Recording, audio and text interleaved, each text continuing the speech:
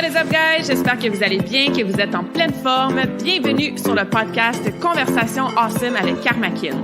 A place where we speak Franglish, say the word awesome a lot, mais surtout un endroit d'inspiration et d'éducation pour vous aider à optimiser votre santé globale from the inside out.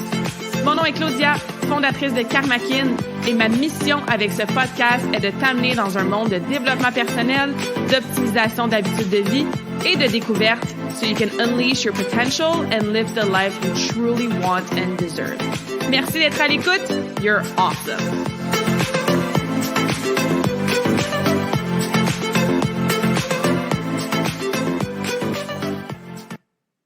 Well, hello there, beautiful souls. Bienvenue sur la nouvelle conversation awesome de la semaine. Épisode en solo aujourd'hui, encore en direct de la Colombie. Donc, j'en profite pour m'excuser pour les bruits ambiants. Je suis toujours à Carthagène, oui, sur le bord de la plage, mais comme vous l'entendez, la rue est très, très bruyante. Donc, je suis désolée pour les bruits de fond. Mais on va quand même avoir une conversation absolument awesome aujourd'hui puisqu'on fait un back to basics, un retour aux principes fondamentaux dans le pilier de l'entraînement. Fait qu'à l'épisode 102, on avait fait un back to basics avec les macronutriments pour le pilier de la nutrition. J'ai reçu beaucoup de messages, beaucoup de vos commentaires qui m'ont dit que ça vous a aidé d'avoir des rappels, de retourner chercher des piliers fondamentaux, des principes de base. Fait que je me disais, OK, pourquoi pas faire la même chose avec notre autre pilier, là, qui est le pilier de l'entraînement, l'activité physique et tout ça. Donc, si tu n'as pas écouté l'épisode 102 pour la nutrition, on va écouter ça par la suite. Mais aujourd'hui, comme je disais, on deep dive dans ton entraînement. Que tu t'entraînes en ce moment, là, à la maison, au gym, je sais pas moi, peut-être que tu t'entraînes pas pantoute. Peut-être que tu fais des cours de groupe, peut-être que tu fais surtout de la marche ou des activités plus cardio. Ben, cet épisode-là va quand même t'aider. Fait que reste à l'écoute et tu vas pouvoir optimiser et individualiser ce que tu fais déjà ou commencer à t'entraîner si tu es un petit peu sédentaire ces temps-ci. Et ça va t'aider à avoir des meilleurs résultats avec tes workouts. Parce que je vois souvent les gens faire les mêmes choses au gym, par exemple. Ça fait plus que 15 ans là, que j'entraîne des gens. Puis je l'ai vu là dans mes années de coaching, je l'ai vu dans mes années de personal training, je l'ai vu dans mes années de moi-même aller au gym régulièrement à toutes les semaines. La personne qui va au gym et qui fait toujours le même programme depuis 3, 6, 9, 12 mois. Ou la personne qui fait les mêmes exercices depuis X nombre d'années avec le même poids, le même tempo. Puis c'est correct, j'aime mieux que tu ailles au gym ou que tu ailles faire ton entraînement dans ton sol que tu fasses rien pantoute, c'est sûr. Mais il y a des façons pas si compliquées que ça de optimiser ce que tu fais pendant tes heures d'entraînement pour que, ça soit plus nice, plus motivant, que ça rajoute de la variété que de tout le temps faire la même chose. 2, c'est que progressivement, ça te sort de ta zone de confort parce qu'en dehors de la zone de confort, c'est là qu'on peut avoir des résultats. 3, qu'on casse des plateaux, hein. Des fois, c'est ça, on va au gym, on fait tout le temps les mêmes affaires. On n'augmente pas notre force, on fait toujours le même temps sur le tapis roulant, on fait toujours le même nombre de répétitions avec tel poids sur tel exercice. Fait que, tu sais, de changer, de frapper un peu, de casser ces plateaux-là pour continuer à avoir des résultats, que ce soit physique, que ça soit évidemment mental, hein, l'entraînement est tellement relié à la santé mentale aussi, que ça soit au niveau de tes performances. Fait que c'est important. Je vois aussi des gens qui, au contraire, vont tout le temps changer. Fait qu'à tous les jours, ils font quelque chose de différent, ou à toutes les semaines, ils passent d'un programme à l'autre, ou peut-être qu'ils entraînent juste des jambes pendant une semaine, puis après ça, la semaine d'après, ils font juste du cardio, puis après ça, ils font juste des abdos.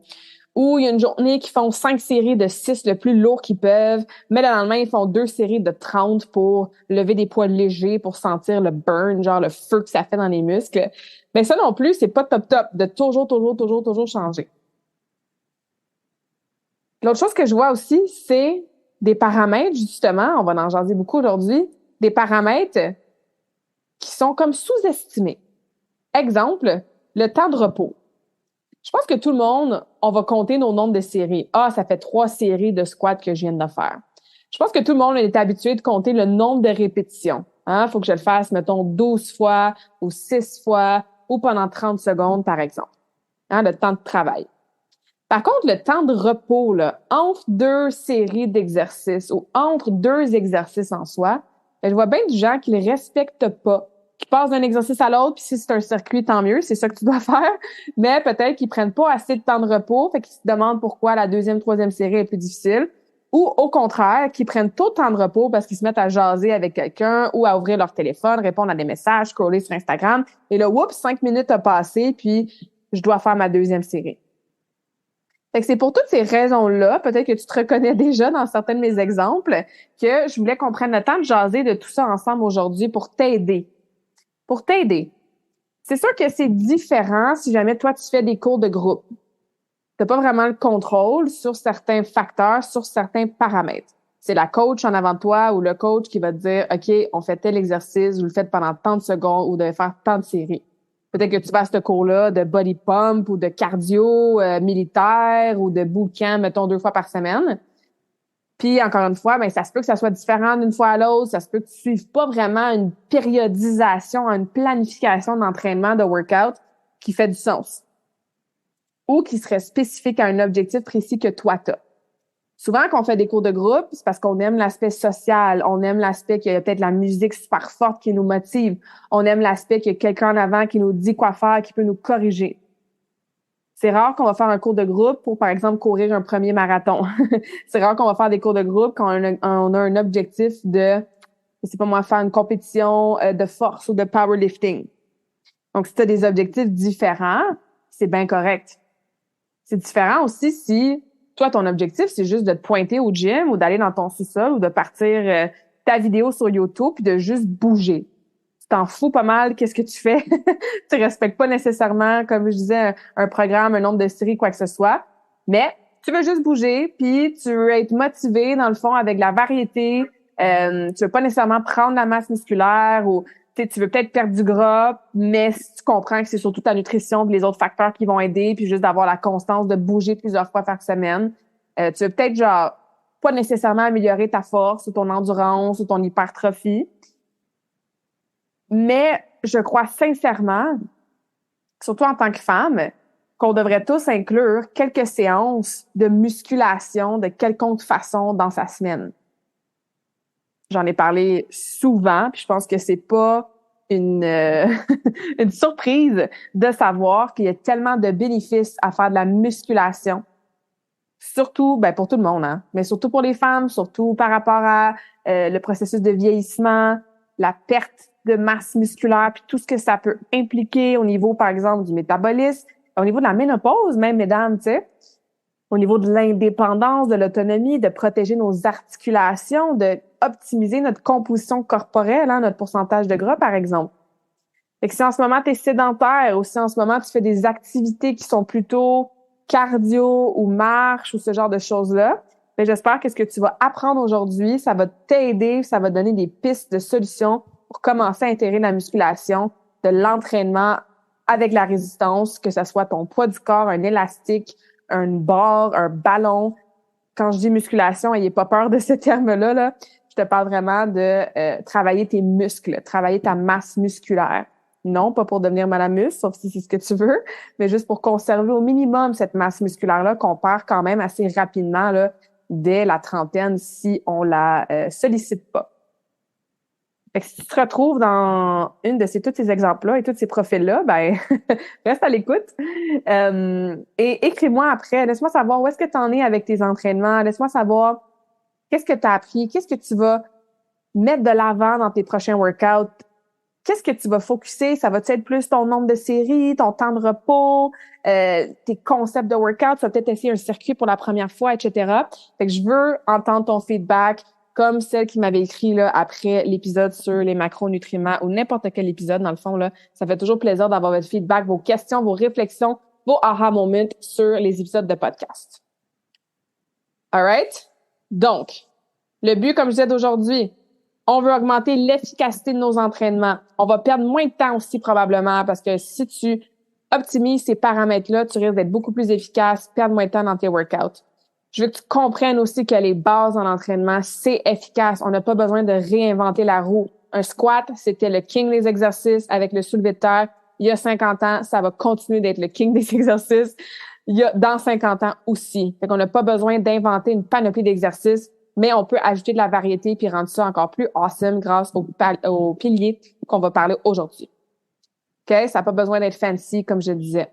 Et tu peux booster tes workouts à la maison, même sans machine. Fait que si tu me dis, ouais, mais moi, Claudia, j'ai juste des poids genre de 3 livres ou comme j'ai même pas de ballon à la maison. Ce que je vais t'expliquer aujourd'hui, ça va t'aider même si tu ne t'entraînes pas dans un gym, même si tu t'entraînes dehors, à la maison, que tu as beaucoup d'équipements, peu d'équipements, c'est tous des principes qui peuvent s'appliquer à toi. All right? So let's dive in. On a plusieurs points à jaser. Prends des notes s'il faut. Et évidemment, ben, si tu as des questions, prends-les en note aussi, puis tu me les enverras par la suite. La première chose, c'est la nature de l'exercice. Hein? C'est assez simple. C'est quoi ton exercice? Qu'est-ce que tu vas faire comme exercice? C'est-tu un push-up? C'est-tu un redressement assis? Un squat? Une fente? Une tirade? Un shoulder press? Il y en a des exercices. La base, comme je disais, fonctionne. On veut en général faire des mouvements où est-ce qu'on pousse des choses, on tire des choses à la verticale, à l'horizontale. On veut faire des mouvements où est-ce qu'on descend et on remonte, genre des squats. Ou est-ce qu'on va vers l'arrière, vers l'avant, par exemple, avec les hanches, par exemple, un soulevé de terre. OK, on veut faire des fentes, donc qui monte, qui descend. Fait que dans tous les plans de mouvement, de façon efficace, ça peut être avec plusieurs groupes musculaires. Par exemple, un squat, je viens travailler au niveau de l'articulation de mes chevilles, de mes genoux, de mes hanches. Fait qu'il y a énormément de muscles en tension et en mouvement pendant le squat versus, par exemple, un leg extension, donc une extension du genou que tu es assis à la machine, tu as le pad là, sur tes chevilles et ton mouvement, c'est de partir d'une position de genou plié à une position de jambe complètement allongée. Donc, tu ferais seulement une extension. On est dans une seule articulation au niveau du genou, puis on travaille le quadriceps. Bon, oui, c'est un groupe de muscles, le quadriceps, il y en a déjà 4, là, mais c'est beaucoup moins que, par exemple, un squat. OK, donc la nature de ce que tu fais. Je pense que ça, c'est très clair. Je pense que ça, c'est important aussi à se souvenir que tu n'as pas besoin d'inventer des exercices. Ce qui est là fonctionne. Point numéro 2, c'est ton nombre de répétitions. Donc, combien de fois in a row, donc en ligne, tu vas répéter cet exercice-là? Si tu fais des squats, tu vas en faire combien? Vas-tu en faire 5? Vas-tu en faire 10? 50? 20? Fait que ça, c'est 1, 2, 3. Donc, tu comptes ton nombre de répétitions. C'est assez simple, je pense que ça, c'est clair. Le troisième pilier ou le troisième principe ou le troisième paramètre, hein, c'est ton nombre de séries. Fait que combien de séries tu vas faire de X répétitions pour tel exercice? Est-ce que tu le fais juste une fois parce que c'est ton finisher puis tu dois faire 100 push-ups dans ton finisher? Fait que c'est une série de 100 répétitions de push-ups. Ou est-ce que tu travailles en hypertrophie, donc tu veux prendre la masse musculaire, donc tu vas faire 5 séries de 10 répétitions de, par exemple, on va y aller avec un lateral raise, donc une élévation latérale des bras pour travailler tes épaules parce que tu veux prendre la masse musculaire dans tes épaules. Donc, là, on en ferait 5. Ce qui veut dire que tu en fais 10, tu prends une pause, tu recommences ta deuxième série, tu en fais encore 10, etc., jusqu'à ton nombre de séries que tu veux. Ça aussi, je pense que c'est assez clair, assez commun comme langage. Je pense qu'on comprend c'est quoi une série. Point numéro 4, j'en ai parlé un petit peu tantôt, hein, le fameux temps de repos. On a du temps de repos entre les séries et on a du temps de repos entre deux exercices différents.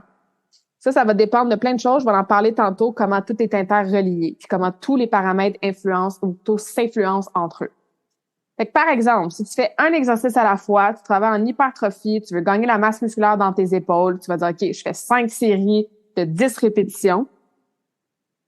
Ben, tu vas faire tes 10 et là, tu vas prendre un temps de repos. Ce qui veut dire que tu vas timer avec moi, j'ai une petite montre cheap du Walmart que je mets parce que je n'aime pas utiliser mon téléphone pendant que je m'entraîne, sauf pour de la musique.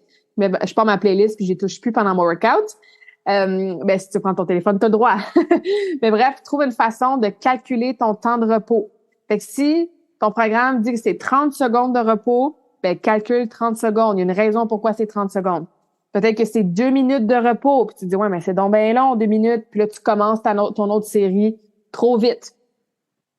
Peut-être que y a pas de temps de repos entre deux exercices. T'en finis un, puis tu t'en vas tout de suite faire le deuxième parce que peut-être que tu travailles en superset, donc en combinaison de 2 exercices ou 3 exercices en triple set. Peut-être que tu fais un circuit puis t'enchaînes 10 exercices, un à la suite de l'autre, sans repos. OK? Donc, il y a du temps de repos à calculer entre 2 séries, mais aussi entre 2 exercices. Ça aussi, c'est un paramètre qui est souvent oublié, mais il est autant important que les autres. Ensuite, on a le tempo, le rythme, le temps sous tension. Ça veut tout dire la même chose presque. Le tempo, il y a 4 chiffres, il y a 4 parties, on peut appeler ça comme ça. Je vais prendre l'exemple du squat parce que c'est un exercice que tout le monde connaît. La première donnée, c'est le nombre de secondes que ça te prend pour descendre dans ton squat. La deuxième donnée, le deuxième chiffre de ton tempo, c'est le temps que tu vas rester en bas dans ton squat une fois que tu es plié, sans bouger. Le troisième chiffre, c'est le temps que ça te prend pour monter, revenir, déplier tes jambes, revenir à la position de départ qui est dans ce cas-ci, la position debout. Et le quatrième chiffre, c'est le temps que tu attends quand tu es en haut avant de poursuivre avec ta deuxième répétition. Fait que si ton tempo, souvent on va voir ça dans les programmes, si tu n'as pas de tempo dans tes workouts, que tes entraîneurs ou tes programmes, t'es jamais fait parler du tempo, ben c'est parce que c'est un tempo qui est ce qu'on appelle, ce que moi je vais appeler normal ou commun ou le plus fréquent. Ça ressemble souvent à du 2-0-2-0. Donc, je descends en 2 secondes, je remonte, je reste pas en bas, je remonte en 2 secondes et je redescends. 1, 2, 0 en bas, 1, 2, remonte, 0 en haut. Ça, c'est souvent le tempo populaire qu'on va faire en musculation parce que c'est pas trop lent, c'est pas trop rapide non plus. Donc, tu as le temps d'aller chercher une amplitude de mouvement qui est complète puis de prendre ton temps, mais sans non plus que ça soit trop long. Ceci étant dit, il y a 1 million de façons de jouer avec le tempo. Ça, c'est cool, jouer avec le tempo, surtout quand tu n'as justement pas beaucoup d'équipement à la maison. Parce qu'une façon de rendre ton exercice vraiment plus difficile, c'est de le ralentir. Tu l'essaieras demain dans ton workout ou tantôt dans ton workout. Fais des push-ups là, ou fais un squat. Là. Prends un exercice que tu fais avec le poids de ton corps, si jamais c'est ça, tu n'as pas de poids à la maison qui sont plus lourds, puis ralentis-les. Fait qu'au lieu de faire, je descends un squat, je remonte 1, 2, 3, descends en 4. 1, 2, 3, 4. Je vais attendre en bas 1 seconde et je remonte rapidement ou lentement. 1, 2 ou 1, 2, 3, 4 ou 1. Quand tu ralentis tes mouvements, surtout la portion qu'on appelle excentrique, donc la portion dans laquelle on va allonger le muscle avant de le contracter, ou on va retenir la charge avant de la pousser, ou on va descendre dans un squat, par exemple, avant de remonter, cette portion-là, qu'on appelle encore une fois excentrique du mouvement ou la portion négative du mouvement, quand on la ralentit, ça rend l'exercice plus dur. C'est efficace pour augmenter la force de cette façon-là, surtout quand on n'a pas les charges qui vont avec. C'est très efficace pour avoir des courbatures aussi. Moi, à chaque fois que je retombe dans du excentrique qui est long, là, je le ressens parce que ton temps sous tension, hein, ton muscle qui est en train de s'étirer avant de se contracter par un tempo qui est plus lent, ben les fibres musculaires se déchirent un petit peu plus. Faut pas avoir peur du mot déchirer, hein. On crée des micro-déchirures quand on s'entraîne. C'est pour ça qu'on est raqué le lendemain ou le surlendemain. Fait que ça, c'est super pertinent, jouer avec le tempo. Tu peux faire un tempo plus rapide aussi. Par exemple, si tu fais un circuit, puis que tu dois faire 30 secondes par exercice, ou que c'est un full body workout, puis que tu switches d'un exercice à l'autre, puis que tu dois faire pas mal de répétitions, genre 15, 20, 30 répétitions, avec évidemment pas de poids ou des poids très légers. Hein. Plus on augmente les répétitions, ben moins on lève lourd. Ben, peut-être que tu vas faire, je sais pas moi, des fentes, puis ça va être up and down, up and down. Tu descends 1, tu remontes 1. Fait que ton tempo va peut-être être 1-0, 1-0. Peut-être que ça va être explosif, tu vas faire des squat jump. Donc, souvent, on va mettre un X au lieu de mettre un 1 ou un 0. Ça veut dire que c'est explosif. Si tu n'as jamais vu ces chiffres-là sur un programme, c'est pas grave. Moi, je les intègre dans mes programmes avec mes clientes quand c'est pertinent. Je vais leur dire, OK, par exemple, on fait un 4-0-1-0 ou je vais simplement l'écrire, genre descendre en 4 secondes, tenir 2 secondes. Donc, c'est un paramètre qui est important puis qui est souvent négligé. Il y a plusieurs exercices aussi que ça peut valoir la peine de tenir la position dans la contraction. Par exemple, mettons que tu es couché sur le dos, tu as les pieds au sol, les genoux fléchis pour faire un genre de pont. Ou tu es couché sur le dos, puis tu as les genoux fléchis, puis tu as les pieds sur un ballon ou les pieds sur un sofa, puis tu veux lever tes fesses là, très, très haut vers le plafond pour squeezer les fesses. Ou peut-être que tu fais une extension du dos, un back extension, tu es à plat ventre sur un ballon ou sur la machine, et là, tu remontes pour travailler ton bas du dos avec tes pieds qui sont tenus soit au mur ou sous un ancrage. Ben là aussi, quand tu es en position remontée, ça peut valoir la peine de tenir la contraction, mettons, 2 secondes en haut. Comme ça, tu fais ton mouvement, tu descends, mettons, 1, 2, tu remontes et tu tiens en haut pendant que ça fait mal, là, pendant que ça travaille. Ce qu'on appelle en isométrie. Donc, isométrie, il n'y a pas de mouvement. C'est comme si tu faisais, par exemple, la chaise au mur, ou c'est comme si tu faisais la planche abdominale, ou c'est comme si tu faisais un squat, puis à chaque fois que tu descends dans ton squat, tu tiens en bas genre 4-5 secondes avant de remonter. Donc, ça aussi, c'est une façon simple de rajouter du volume, de rajouter du temps sous tension, de rajouter une difficulté dans tes exercices sans nécessairement rajouter une charge externe. Alright? Donc, j'espère que le tempo, ça vous parle puis que ça vous motive à jouer un petit peu avec. Que ça soit de le ralentir ou de le rendre plus rapide, comme je disais, par exemple, dans mon exemple du circuit. Alright, le prochain point, c'est tout ce qui est au niveau de la charge, de la résistance, de l'équipement, de l'objet que tu vas utiliser. Tu peux faire des squats à toutes les semaines pendant toute ta vie, mais tu peux changer. Est-ce que tu le fais avec le poids du corps? Est-ce que tu le fais assis sur un banc pour remonter par la suite? Est-ce que tu le fais avec une barre sur tes épaules? Est-ce que tu le fais avec une barre en avant, comme un front squat? Est-ce que tu le fais en tenant 2 dumbbells dans tes 2 bras ou un dumbbell, un haltère sur ta poitrine? Est-ce que tu le fais avec des petits trucs sous tes talons pour peut-être pouvoir descendre plus bas? Est-ce que tu le fais avec un TRX? Est-ce que tu le fais avec un élastique autour de tes chevilles? Peut-être moins pertinent pour le squat, mais par exemple autour de tes cuisses. Fait que vous voyez, je reprends souvent l'exemple du squat parce que je sais que c'est quelque chose qu'on peut facilement visualiser là, et on devrait tous faire des squats dans la vie. Mais bref, ça aussi, c'est important de savoir, OK, qu'est-ce que j'ai à la disposition à la maison, au gym? Est-ce que j'ai toujours tendance à m'asseoir sur la machine et à juste faire les machines au gym? Et peut-être que je pourrais essayer avec des poids libres la prochaine fois. Ou l'espèce de patente qui pend, là, jaune et noir, là, qui semble être un truc de suspension qui s'appelle un TRX que j'ai jamais utilisé. Mais peut-être que je peux l'essayer puis aller demander à mon coach ou à la personne de me montrer comment ça fonctionne. Ça peut rajouter de la variété dans ton entraînement. Et honnêtement, même si tu fais des squats à toutes les semaines depuis genre 10 ans, juste de changer un petit peu parfois l'objet, l'équipement, ce que tu utilises, ben juste ça, des fois, ça peut être assez pour te sortir de ta zone de confort puis défaire un plateau puis aller chercher plus de résultats. OK? Fait que ne pas sous-estimer tenir le poids sur la poitrine versus tenir 2 poids dans les mains. Tenir la barre en avant dans un squat, par exemple, ou la mettre sur le dos en arrière. Des petits changements, mais qui peuvent amener quand même une belle variété, des nouveaux challenges, hein, puis comme je disais, de toujours keep the body guessing. Toujours être dans un inconfort de confort ou un confort d'inconfort quand on s'entraîne. Évidemment, si tu as accès à des charges, à des poids libres, à des machines où est-ce que tu peux augmenter ton poids, c'est sûr qu'au gym, c'est souvent plus facile d'avoir accès à ce genre d'équipement-là, où tu as peut-être un petit gym maison, où tu as peut-être des haltères que tu peux switcher puis monter le poids. Hein. Ça existe, mettons, de 5 livres à 50 livres, ou même j'avais une cliente, ça montait jusqu'à 90, là, ces poids libres qu'elle avait à la maison.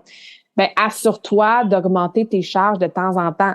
De pas toujours faire tes bicep curls à 10 livres. Tu es probablement capable de monter à 12, de monter à 15. Prochain paramètre ou catégorie d'informations sur les entraînements, c'est ce que j'appelle le concept de l'entraînement. Est-ce que tu fais un exercice à la fois? Genre, tu t'en vas à ta machine, tu as 3 séries de 12 à faire, tu fais ta première série, tu prends ta pause, deuxième série, tu prends ta pause, troisième série. On a fini avec cet exercice-là, on passe à autre chose. Moi, j'aime beaucoup m'entraîner comme ça. Mais c'est pas tout le monde. Il y en a qui trouvent ça redondant, il y en a qui aiment pas ça rester à la même machine longtemps ou faire la même chose. Est-ce que tu fais des supersets ou des triple sets? Des supersets, 2 exercices ensemble. Donc, je ferais, mettons, mon leg press. Puis tout de suite après, j'irais faire des squats ou j'irais faire des fentes. Ou peut-être que tu fais des triple sets, des exercices qui sont combinés en groupe de 3. Peut-être que tu fais push-up, exercice 1. Ensuite, tu t'en vas faire des chin-up, exercice 2. Et tu termines avec la bicyclette pour les abdos, exercice 3. Fait que tu enchaînes ces 3-là, tu prends ta pause à la fin du 3e et tu répètes ce mini-circuit-là de 3 exercices, le nombre de séries que tu dois faire, par exemple, 3 fois. Triple set aussi, ça peut être super intéressant parce qu'il y a tellement de façons, les supersets aussi, là, il y a tellement de façons de composer des supersets, de composer des triple sets. Tu pourrais décider de faire le même groupe musculaire ou presque dans ton même triple set. Fait que tu ferais squat, soulevé de terre, fente. Tu prends ta pause. Ça, c'est rough parce que c'est beaucoup de volume sur les jambes en même temps. Ou tu pourrais faire, je sais pas moi, un shoulder press, donc un exercice d'épaule, développer des épaules, un exercice de bench press, donc un développé au niveau de la poitrine, et un exercice de tirade, donc travailler ton haut du dos. Fait que là, t'es vraiment dans tout le haut du corps, là, épaule, chest, dos. Ou tu pourrais décider de faire des combinaisons avec des groupes musculaires différents. Premier exercice, soulevé de terre ou deadlift. Deuxième exercice, des extensions de triceps pour tes bras. Troisième exercice, une extension du dos. Marie, ça, tu irais chercher ton deadlift, là. On va dire à la place des abdos. Fait que tu ferais bas du corps avec ton soulevé de terre, haut du corps avec tes triceps et abdos dans un même triple set. Encore une fois, peut-être que tu m'écoutes, tu fais comme « Oh my God, c'est donc bien cool, genre, mais comment je vais faire pour construire un programme de même? » On en parlera à la fin, là, ça me fait plaisir de t'aider avec ça. Mais sinon, ça peut au moins te donner des idées sur comment mix and match les exercices que tu fais puis tu es déjà habitué de faire. Si tu as tendance à faire toutes tes jambes d'un bord, puis après ça, tout ton haut du corps de l'autre, ou une journée au complet, ben amuse-toi à mix it up un petit peu. Ça dépend, c'est sûr, de tes objectifs. Puis comme je vous dis aujourd'hui, c'est des informations qui peuvent peut-être piquer ta curiosité ou t'inciter à aller chercher peut-être plus d'informations ou à te faire un nouveau programme ou à changer ce que tu connais déjà ou à choisir une chose à mettre en place dans tes workouts cette semaine. Mais évidemment, je peux pas vous faire des programmes personnalisés à tout le monde qui écoute. Live comme ça sur un podcast de genre 30-40 minutes, tu sais. Fait que c'est des idées que je vous donne. Mais évidemment, comme j'ai déjà dit, vous avez des questions personnelles, là, plus individualisées, ça me fait plaisir. Fait que pour revenir au concept, hein, on a un exercice à la fois, on a des supersets, on a des triple sets, on a des circuits.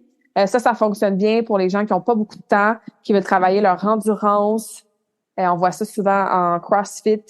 Il y a aussi des concepts du genre AMRAP, donc as many reps as possible. Ça aussi, c'est assez populaire en CrossFit. Par exemple, tu as 2 minutes de push-up à faire, puis tu comptes le nombre de push-ups que tu arrives à faire en 2 minutes, donc le plus de répétitions possible. On a du temps de travail aussi. Donc, au lieu de compter genre 4 séries de 15 répétitions, on va faire 4 séries de 1 minute de travail. Puis pas nécessairement pour en faire le plus possible de répétitions comme le AMRAP. Tu gardes quand même un tempo qui est contrôlé, mais pour avoir du temps de travail au lieu des répétitions, ça aussi, ça peut amener un petit changement qui est le fun. Tu payes sur Start, ta montre à bip ou ton cellulaire est bip après 1 minute. T'as pas besoin de compter tes répétitions. Tu peux focuser sur la forme de tes mouvements. Donc ça peut être une autre façon, un autre concept d'entraînement. Et il y en a d'autres, hein. Des fois, on fait le cardio au début, cardio à la fin, des cardio d'1 minute entre des circuits. Donc, ça aussi, le concept d'intégrer le cardio à travers tes entraînements, ça peut être quelque chose d'intéressant si ça concorde avec tes objectifs. Mais tout ça pour vous dire qu'il y en a des façons de s'entraîner. Ensuite, ça m'amène un peu dans le même ordre d'idée, hein. La division des muscles versus faire des full body workouts, donc des workouts qui sollicitent tout le corps. C'est sûr que si tu t'entraînes 2 fois semaine en musculation, je ne te conseille pas de diviser tes muscles comme quelqu'un qui s'entraînerait, par exemple, 4-5 fois en musculation. Qu'est-ce que je veux dire par diviser les muscles? Moi, je m'entraîne comme ça. En ce moment, mon split, là, la façon que je divise mes muscles durant ma semaine, lundi, je fais des exercices de dos et des exercices de core, donc d'abdos. Mardi, c'est ma première journée de jambes. Donc, je fais des exercices de jambes qui sont surtout plus, je les appelle les kings, là, des exercices qui sont plus demandants, qui sont souvent avec des machines qui sont plus lourds. Fait que, par exemple, c'est là que je vais faire mes squats, c'est là que je vais faire mes leg press, c'est là que je vais faire mes hip thrusts, mes élévations de hanches. Je vais aller sur les machines, je vais faire des leg extensions, des leg curls, je vais travailler mes abducteurs, tu sais. Donc, c'est vraiment des sumo squats, ce genre d'exercice-là. Ça, c'est mes mardis. Pour l'instant, là, le programme que je fais en ce moment. Les mercredis, je vais faire chest puis shoulders, donc épaules et pectoraux. Donc, je les mets ensemble. Moi, je trouve que c'est deux groupes musculaires qui vont bien ensemble parce qu'on sollicite souvent l'un et l'autre pour bien les exercices. Fait que pourquoi pas les faire ensemble? Encore une fois, ça, c'est ma préférence actuelle. Les jeudis, je vais faire, ça dépend. Si je suis encore raquée des jambes de mardi, je vais garder ma deuxième journée de jambes pour le vendredi à date avec ce programme-là. C'est ça qui se passe. Donc, ce que je vais faire, c'est que les jeudis, je vais refaire un peu de dos parce que j'aime bien faire mon dos 2 fois par semaine. C'est là que je vais faire souvent mes chin-ups, donc travailler mes tractions, puis faire 1 ou 2 autres exercices de dos. Et je vais faire mes bras, biceps, triceps. Je suis pas quelqu'un qui aime entraîner les bras du tout. J'ai pas besoin d'entraîner mes bras beaucoup pour qu'ils soient quand même assez gros, musclés, définis. Je les sollicite quand je fais mes épaules, quand je fais ma journée de dos, tout ça. Donc, je mets pas beaucoup de volume sur mes bras. C'est pour ça que je rajoute aussi mon dos pour cette deuxième journée-là durant la semaine. Et comme je disais, ma deuxième journée de jambes, je vais la faire le vendredi. Ou si j'ai skippé une journée dans la semaine, je vais la faire le samedi. Et là, c'est ce que j'appelle plutôt des mouvements accessoires. Donc, moins lourd, plus de répétitions, moins de charge, évidemment, plus de volume. Puis c'est là que je vais faire des choses souvent à une jambe pour aller travailler des déséquilibres. Fait que je vais faire des Bulgarian split squats, je vais faire des élévations de hanches, mais à une jambe. Je vais faire des leg curls sur le ballon, une jambe à la fois. Je vais faire des step-up de face ou de côté. C'est pas ma façon préférée de travailler mes jambes. J'aime beaucoup mieux faire des squats, des leg press, tout ça, mais c'est important. Fait que ça, c'est mon split. Parce que j'y vais 5 fois, je peux me permettre de diviser mes groupes musculaires. Si tu vas au gym 2-3 fois par semaine, je te conseille de faire plus de groupes musculaires à chaque fois. Donc, de pas avoir une journée que tu fais, par exemple, juste des épaules. Parce que qu'est-ce que tu vas travailler d'autre la journée d'après? Il va te manquer bien des groupes musculaires. Fait que tu peux décider. Si tu y vas 3 fois, tu peux faire un programme plus de jambes, un programme plus de haut du corps. Puis faire, mettons, A-B-A la première semaine, B-A-B la deuxième. Fait que toujours alterner de programme. Sinon, moi, j'aime bien front et back. Donc, le devant et le derrière. Ça, c'est quelque chose que je vais utiliser souvent avec mes clientes. Même mes clients qui vont 4 fois au gym, ils vont faire 2 fois chaque programme. Donc, une journée, on fait tous les muscles qui sont en avant. Fait que les pectoraux, le devant des épaules, les biceps, les abdos, les cuisses, le devant des cuisses. Et l'autre journée, on va faire les muscles qui sont en arrière du corps. Donc, le haut du dos, les triceps, donc le derrière du bras, le bas du dos, les fessiers, les ischio-jambiers et si c'est pertinent, les mollets. Ça, c'est un split que j'aime bien faire. Même des fois, je le fais pour moi. Ça peut être une idée peut-être pour vous. Sinon, tu peux faire des circuits full body workout. Comme je te dis, si tu t'entraînes déjà en cours de groupe, ben ça te concentre pas parce que c'est pas toi qui décides, mais au moins, tu comprends d'autres paramètres, là. Peut-être que ton coach, ton instructeur ou quoi que ce soit inclus. All right? Tout ça, là, comme je disais, ça s'influence l'un et l'autre. Puis c'est là qu'il y a des gens comme moi qui étudient des années et des années à l'université et en formation continue pour vous simplifier la vie. Parce que, exemple, si tu veux prendre la masse musculaire, OK? Prenons des objectifs précis que tu as peut-être en ce moment. Mettons que tu veux grossir tes fesses. Tu veux prendre la masse musculaire dans tes épaules. Tu veux que tes quads, tes cuisses soient un petit peu plus musclés. Bref, tu veux prendre la masse musculaire. Tu veux que ça soit moins mou, que ça shake moins. Tu veux avoir ce look-là plus tonifié, hein, qui est un mot qu'on entend souvent. Ben, il faut que tu travailles un peu plus en hypertrophie. Encore une fois, on n'est pas en train de dire que tu vas avoir une shape de bodybuilder qui est sur un stage en compétition. Mais ça reste que tu veux prendre la masse musculaire, il faut que tu t'entraînes en muscu, il faut que tu fasses l'hypertrophie. Pour faire, je sais pas si vous avez entendu ce gros klaxon-là, mais il était quand même fort, celui-là.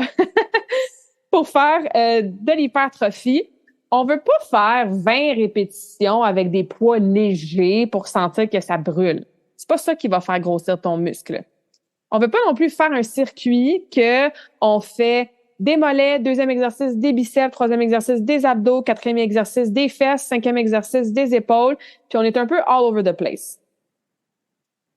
On veut pas non plus aller faire des répétitions maximales de force, puis faire 10 séries de 3 squats. Puis après ça, tu pars du gym. Ça a l'air niaiseux, là, ça. Puis ça a l'air comme, ben voyons donc, qui ferait ça? J'ai fait ça pendant quelques années quand je faisais du powerlifting. Donc, tu veux pas non plus être en mode genre force ultime puis faire des PR, des personal records à chaque semaine au gym. Tu veux, par exemple, rester à peu près entre genre 7 et 15, 8, 12, là, c'est souvent la fenêtre qu'on apprend puis qu'on met de l'avant, là, mais tu sais, j'aime pas ça trop donner des chiffres super précis non plus parce qu'il y a des gens qui, à 15 répétitions, ça va vraiment bien engorger le muscle, qui vont prendre la masse musculaire. Il y en a qui doivent descendre un petit peu plus bas autour de 7-8 répétitions. Tu veux aller chercher beaucoup de volume sur un même groupe musculaire, donc faire 3 séries de squats par semaine, c'est pas ça qui va te donner des plus grosses fesses. Faut que tu en fasses des fentes, puis des Bulgarian split squats, puis des hip raises, puis des hip thrusts, puis des soulevés de terre, puis des good morning. Puis si tu connais pas ces exercices-là, ben encore une fois, Google, YouTube existe, ou tu me demanderas. Mais tu comprends, faut que tu ailles plus de volume. Faut que tu ailles solliciter ce muscle-là que tu veux faire grossir beaucoup plus. Donc, ça prend plus de séries, 4, 5 séries de moins de répétitions, plus lourdes.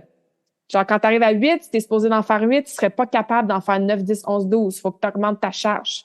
Ou si tu n'as pas de charge, tu n'as pas accès à des poids plus lourds, ben on a appris aujourd'hui, tu peux ralentir ton mouvement. Je te donne un autre exemple. Si toi, en ce moment, là, ton but, c'est d'améliorer ton endurance. T'aimes ça faire du hiking, t'aimes ça faire de la randonnée, peut-être que tu t'entraînes pour faire un 10 km, un 15 km, un demi-marathon, puis tu veux faire de la muscu à côté, mais travailler aussi en endurance dans ta muscu, ben là, on est en endurance. Fait que contrairement à l'hypertrophie, contrairement à la force, ben ton temps de repos, là, il va être diminué. Tu prendras pas 2 minutes de pause entre tes séries de squats parce que tu as le temps de récupérer au complet ou presque, tout dépendant de la charge que tu as pris, évidemment. Mais ton temps de repos va être plus court. Tu vas peut-être travailler en circuit. Là, c'est un bon moment pour travailler en triple set, en mini-circuit ou en giant set qu'on appelle en série géante de 4 exercices, par exemple. Peut-être que là, tu vas passer d'un squat à un push-up à un mountain climbers où tu vas faire toutes tes jambes, mais ça va être enchaîné avec moins de charge. Donc, si tu lèves moins lourd, tu peux faire plus de répétitions. Tu peux monter là à 15 à 20 répétitions. Tu veux travailler tes muscles en endurance, qui soient capables de toffer longtemps. C'est une sensation plus de comme « Ah, mes muscles, ils brûlent ». Vous voyez mes deux exemples? C'est différent, des objectifs différents, des sensations différentes. Puis si en ce moment, tu n'as pas vraiment d'objectif, tu es comme « Moi, je m'entraîne parce que c'est important pour moi, puis je veux être en santé, puis j'aime ça », ben amuse-toi! Pars 1 mois, puis fais de l'endurance, réduis tes temps de repos, fais des circuits, puis tout. Vois comment tu te sens, vois comment ton corps réagit à ce genre d'entraînement-là. Puis après ça, le mois suivant, vas-y progressivement.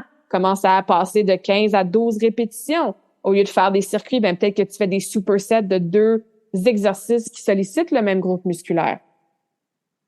Okay, encore une fois, je me répète, mais si tu es un peu débutante avec ces termes-là, puis tu n'as jamais vraiment eu beaucoup d'expérience avec toutes sortes de façons de t'entraîner, c'est peut-être du chinois en ce moment, mais j'espère que ça pique au moins ta curiosité, puis que ça te montre que l'entraînement, ça n'a pas besoin d'être plate, ça n'a pas besoin d'être toujours la même chose, puis même si ça fait super longtemps que tu t'entraînes, il y a toujours des façons d'aller tweaker des petits trucs, puis de rendre ça nice, puis surtout d'avoir des résultats pour que ça soit payant tes entraînements. All right?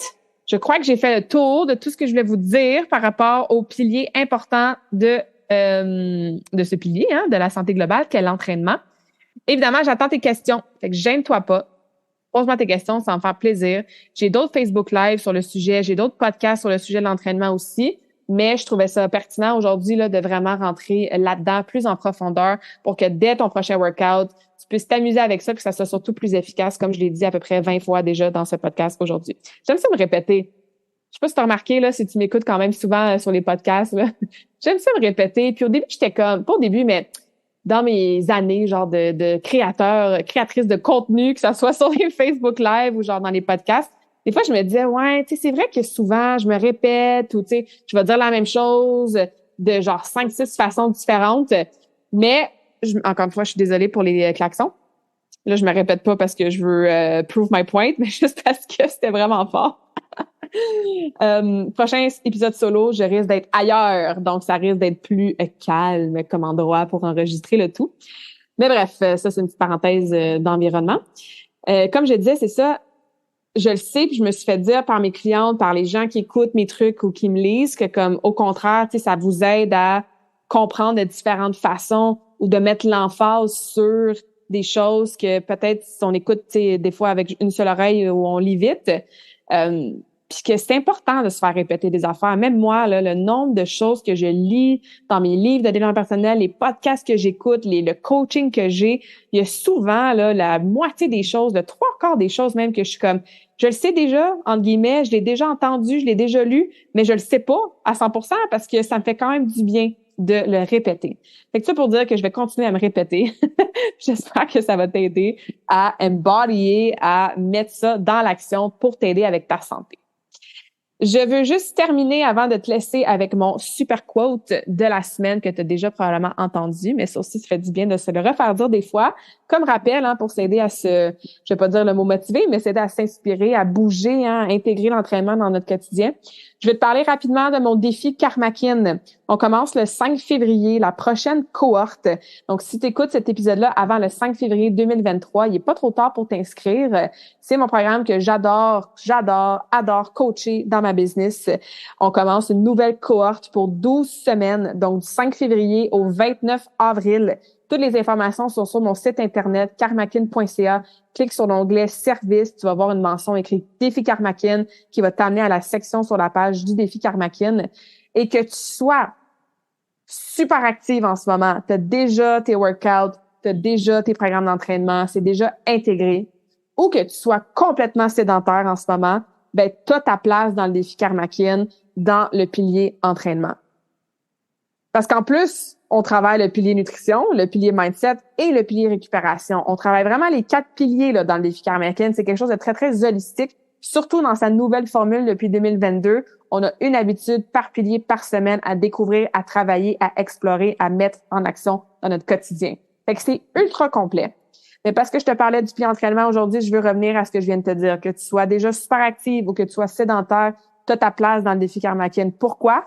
Parce que la façon qui est montée, c'est que la première moitié, jusqu'à à peu près la semaine même, le premier 2/3 du défi, on va aller chercher autre chose que juste tes workouts en soi. On va parler de l'importance de la marche, parce que moi, j'étais certainement comme ça.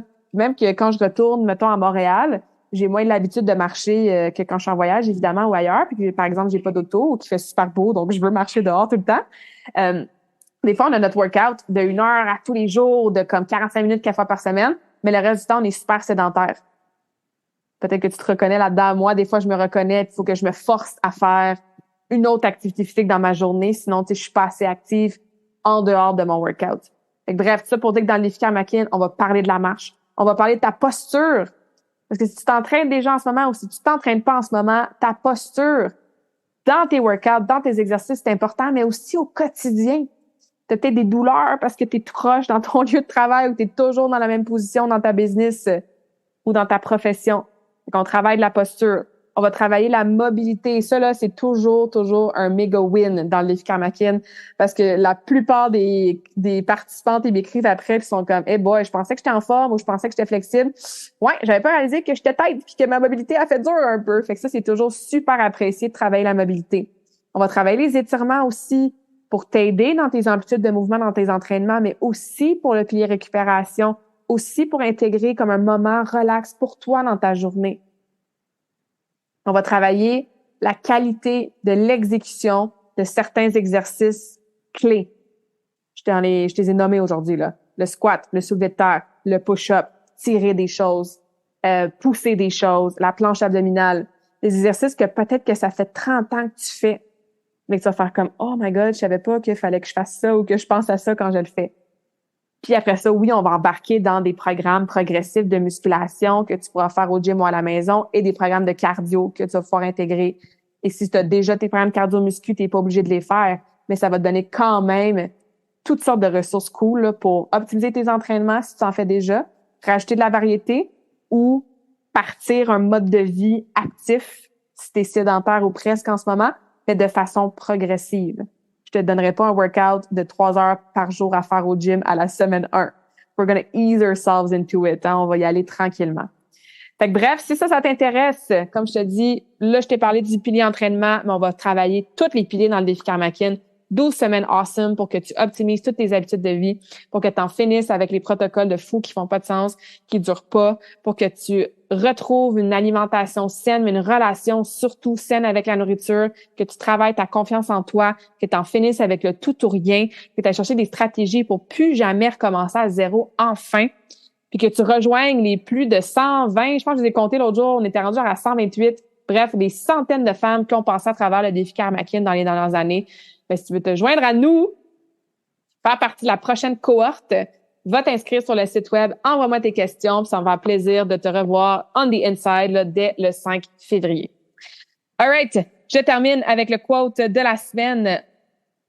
The only bad workout is the one that did not happen. Donc, le seul mauvais entraînement, c'est celui qui n'a pas eu lieu. Quand même que tu as juste 10 minutes, fais 10 minutes, un circuit, 5 exercices, répète ça 2 fois. Va faire un petit jogging, une marche rapide, 10 minutes. Quand même que t'as pas vraiment d'énergie, puis tu dois diminuer tes charges au gym aujourd'hui parce que tu vas peut-être avoir tes périodes dans quelques jours, t'as peut-être moins bien dormi. Ben, c'est pas le temps, non, d'être dans la performance, full force, puis augmenter tes charges. Tu peux réduire tes charges, tu peux jouer avec les paramètres qu'on a parlé aujourd'hui, mais tu vas te sentir mieux d'avoir bougé. Donc, souviens-toi que même si pas tous tes workouts sont genre wouhou, awesome, optimal, le meilleur de ta vie, ben c'est pas des mauvais workouts si tu les fais. Le seul mauvais workout, c'est celui que tu n'as pas fait. Fait que bon workout, let's get moving. On prend soin de notre corps physique et on se revoit dans le défi Karmakin et dans la prochaine conversation awesome. J'espère que cette conversation awesome t'a inspiré. Et d'ailleurs, I would love to hear back from you. Rejoins Karmakin sur les réseaux sociaux and tag me in a post pour partager ce que tu retiens de cet épisode. Je serais vraiment grateful aussi si tu pouvais me laisser un rating and review pour le podcast. Ça me permet d'avoir un impact positif sur plus de gens comme toi. Merci beaucoup d'avoir été à l'écoute and until next time, je te souhaite une journée awesome.